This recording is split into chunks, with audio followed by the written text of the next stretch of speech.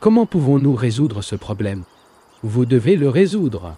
C'est un acte de plaisir. Vous devez le comprendre. Comment le résoudre? Si vous ne le résolvez pas, vous serez asservi à une habitude, une routine. Votre esprit deviendra terne, stupide et lent. Et c'est seulement elle qui a oui, vous devez résoudre le problème.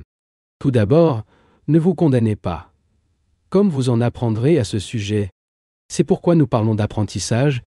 Quand intellectuellement, il est asphyxié émotionnellement, votre esprit est seulement capable de répéter. Il sait seulement copier et imiter ce que les autres ont dit ou fait, citer sans fin la Gita ou les Upanishads ou un certain livre sacré. Intellectuellement, il est indigent, vide et terne. Dans l'emploi, copier et imite intellectuellement, jour après jour, toujours en faisant la même chose. Et tout ce que vous faites à la maison est toujours, et seulement, la même répétition. De cette façon, l'intellect, qui devrait être vigoureux, clair, rationnel, sain et libre, est asphyxié. Il n'y a aucune possibilité d'expression, d'action créateur. Et émotionnellement, esthétiquement, votre indigence est totale, car l'émotion et avec elle, la sensibilité, sensibilité à la beauté, sensibilité au charme d'un après-midi, sensibilité à regarder un arbre, est en communion étroite avec la nature. Que vous êtes-vous laissé alors? Il y a une seule chose dans la vôtre, dans la vie, et cette chose devient un énorme problème. Ainsi, l'esprit qui veut comprendre ce problème doit vous attaquer immédiatement. Parce que tout problème qui reste existant, quelques jours après jour, embarrassez l'esprit. Avez-vous déjà vu ce qui se passe lorsque l'esprit a un problème et n'est pas en mesure de le résoudre? Qu'advient-il de cet esprit? Soit cela s'enfuit et tombera dans un autre problème, soit réprimé et devenir névrotique. La névrose lucide, comme ils disent, mais toujours la névrose. Par conséquent, chaque problème, quelle que soit la nature, émotionnelle, intellectuelle, physique, doit être résolu immédiatement et ne pas être transféré à demain, car demain aura d'autres problèmes à rencontrer. Vous devez donc apprendre, mais vous ne pouvez pas apprendre si vous ne résolvez pas les problèmes d'aujourd'hui et les transfère simplement à demain. Ainsi, chaque problème aussi compliqué, difficile et laborieux doit être résolu le même jour et le même moment qu'il survient. Voyez à quel point cela est important. L'esprit qui laisse un problème a créé des racines, car il ne peut pas le résoudre, car il n'a pas la capacité, l'intensité. L'ardeur devait apprendre. Cet esprit, comme on peut le voir dans ce monde, devient insensible, effrayant, laid, intéressé seulement en soi. Par conséquent, il est nécessaire de résoudre le problème de sexe si appelé. Et pour le résoudre, intelligemment, sans s'enfuir, sans le réprimer, sans faire un certain vote stupide et aussi sans donner, il est nécessaire de comprendre le problème du plaisir. Et il est toujours important de comprendre un autre problème, c'est-à-dire que les êtres humains ne sont pas originaux. Beaucoup sont capables de réciter la Gita à l'intérieur, mais ce sont des êtres humains de deuxième main, sans pas d'original, rien de spontané, réel, ni intellectuel, ni esthétique, ni moralement. Il ne reste plus qu'une chose, l'appétit. Non seulement de l'estomac, mais aussi du sexe. Il n'y a pas de modération non plus en mangeant, ni dans le sexe. Vous avez vu des gens manger, avaler, et la même chose est observée dans le domaine sexuel. Ainsi, pour comprendre ce problème, qui est si complexe, car il englobe la beauté, l'affection, l'amour, vous devez comprendre le plaisir.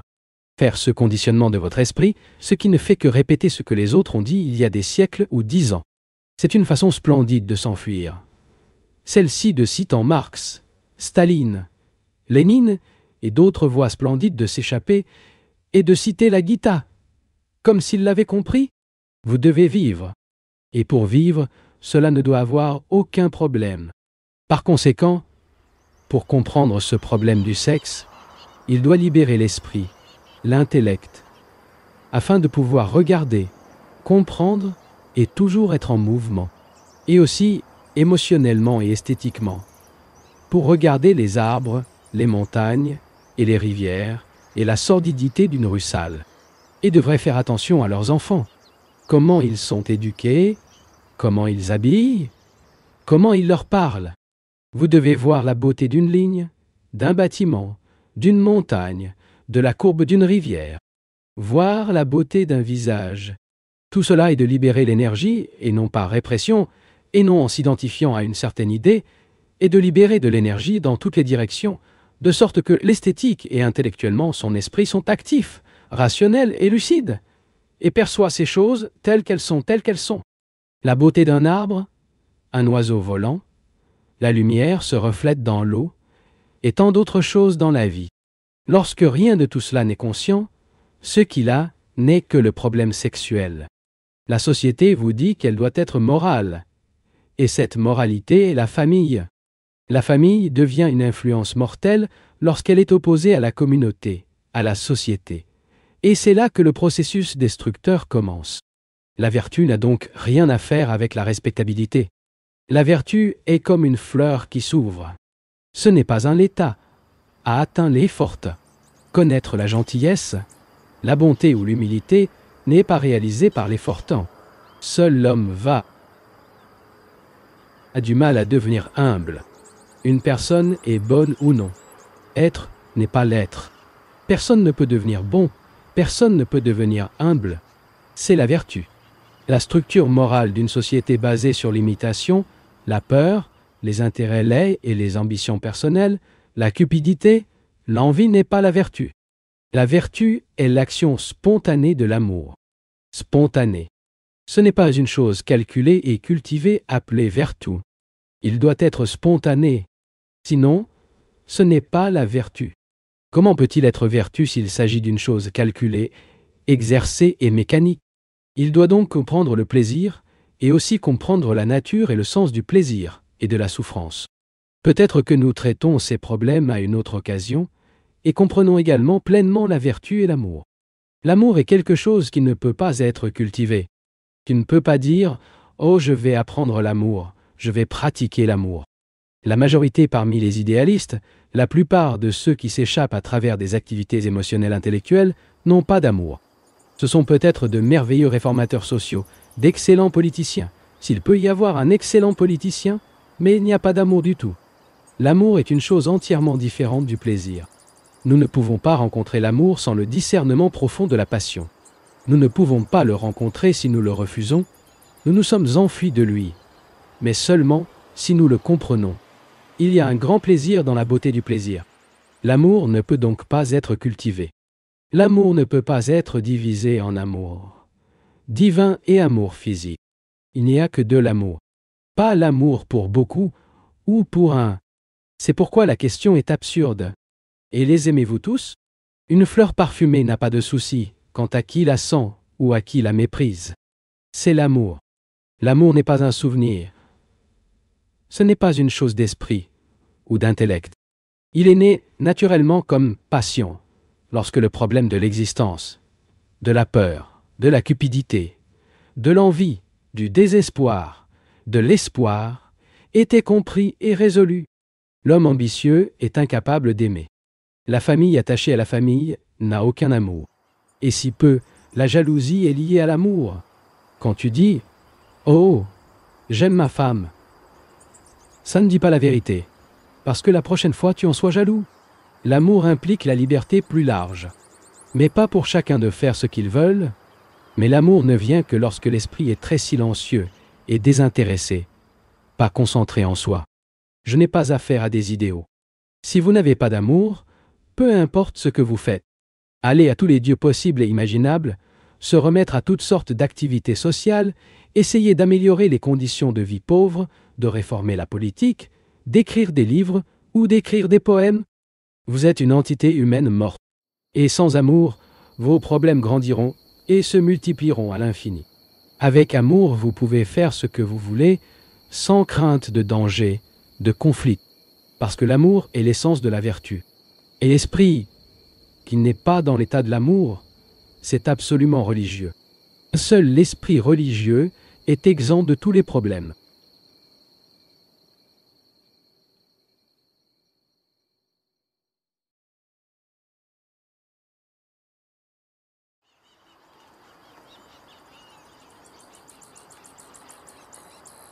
À moins qu'ils ne comprennent la nature de la peur et se libèrent librement, ces dieux, ces évasions, ces diverses activités sociales ne signifient rien, car il est alors un être humain destructeur, un explorateur, et ne peut pas dissoudre la peur.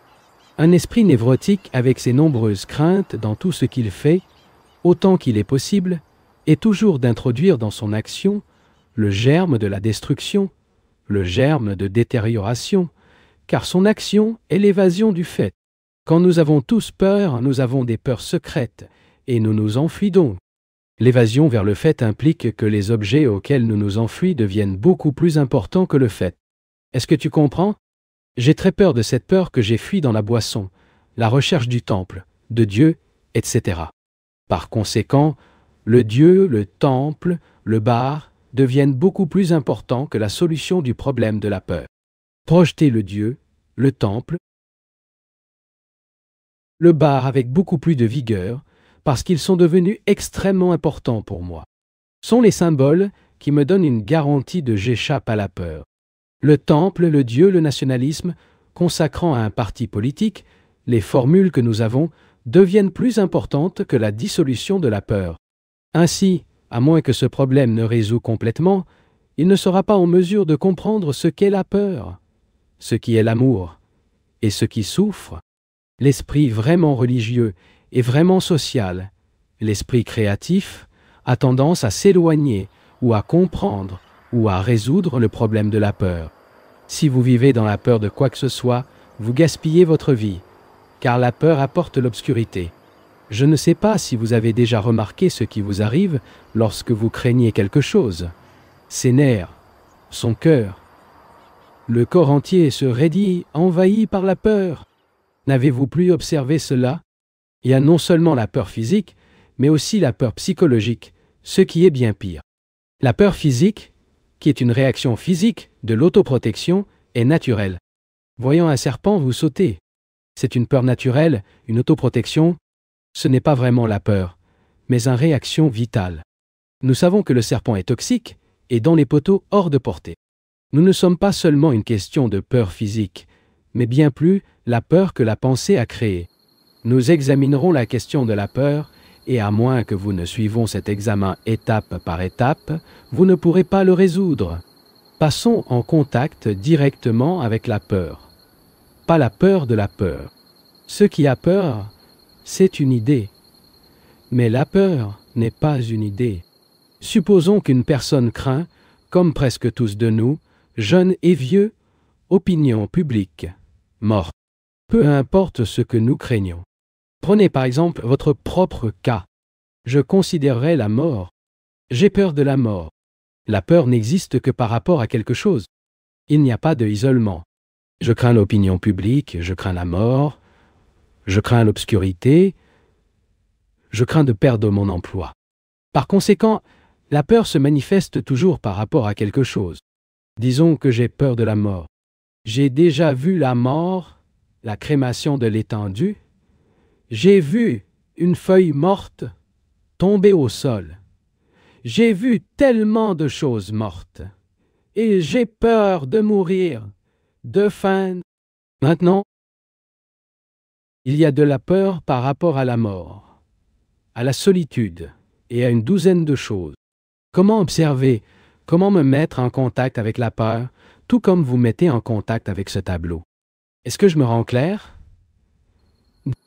Pour venir directement en contact avec la peur, et j'espère que vous le faites en ce moment, et pas simplement écouter mes paroles pour entrer en contact avec cette émotion, ce sentiment appelé peur ne devrait pas le mot penser.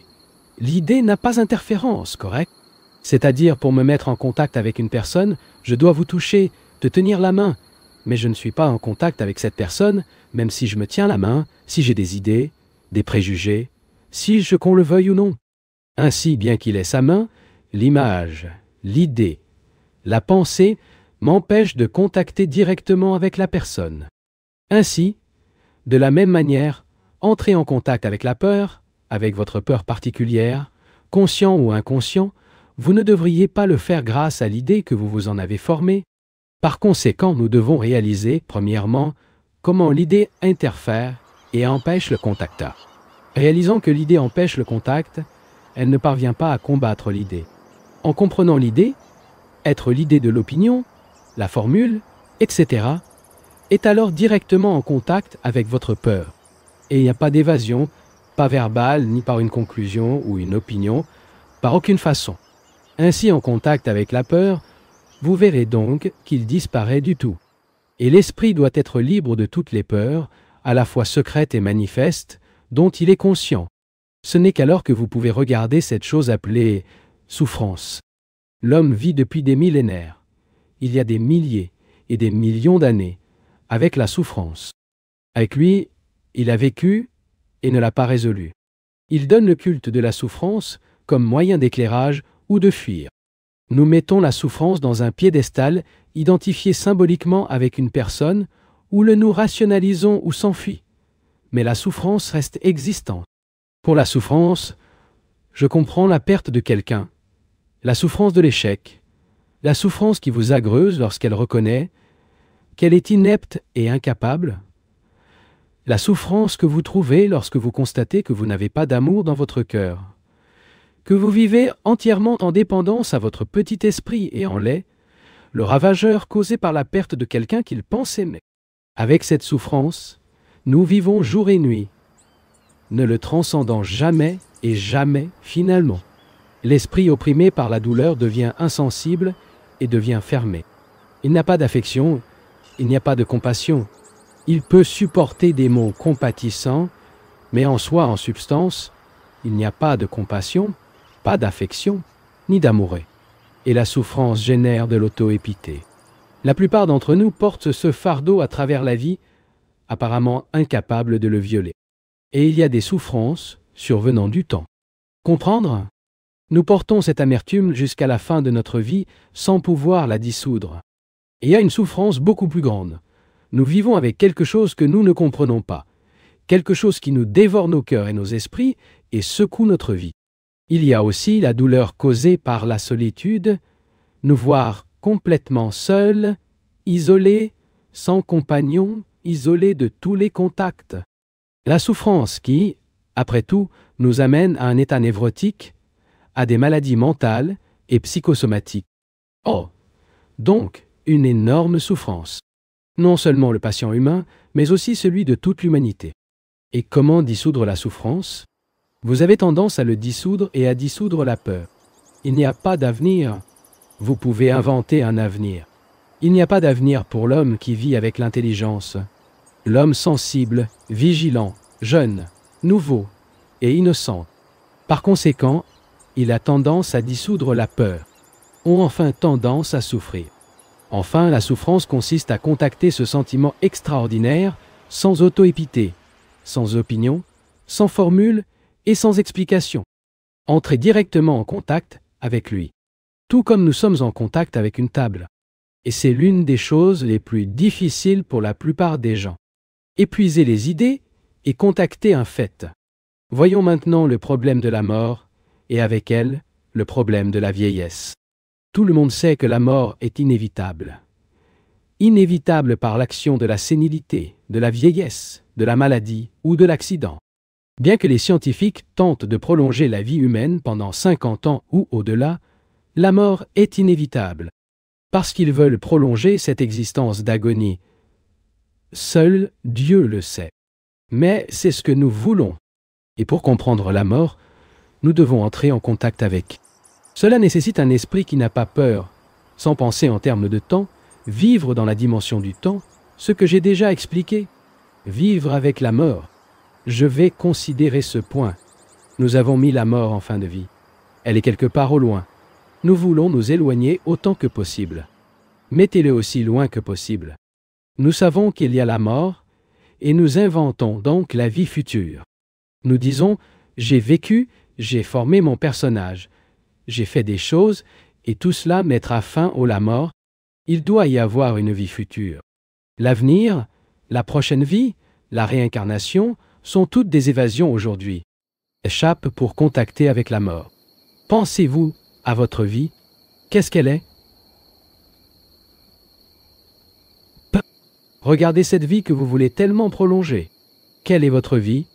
Une bataille incessante, une confusion constante, des éclairs éphémères de joie, d'ennui, de peur, d'agonie, de désespoir, de jalousie, d'envie et d'ambition.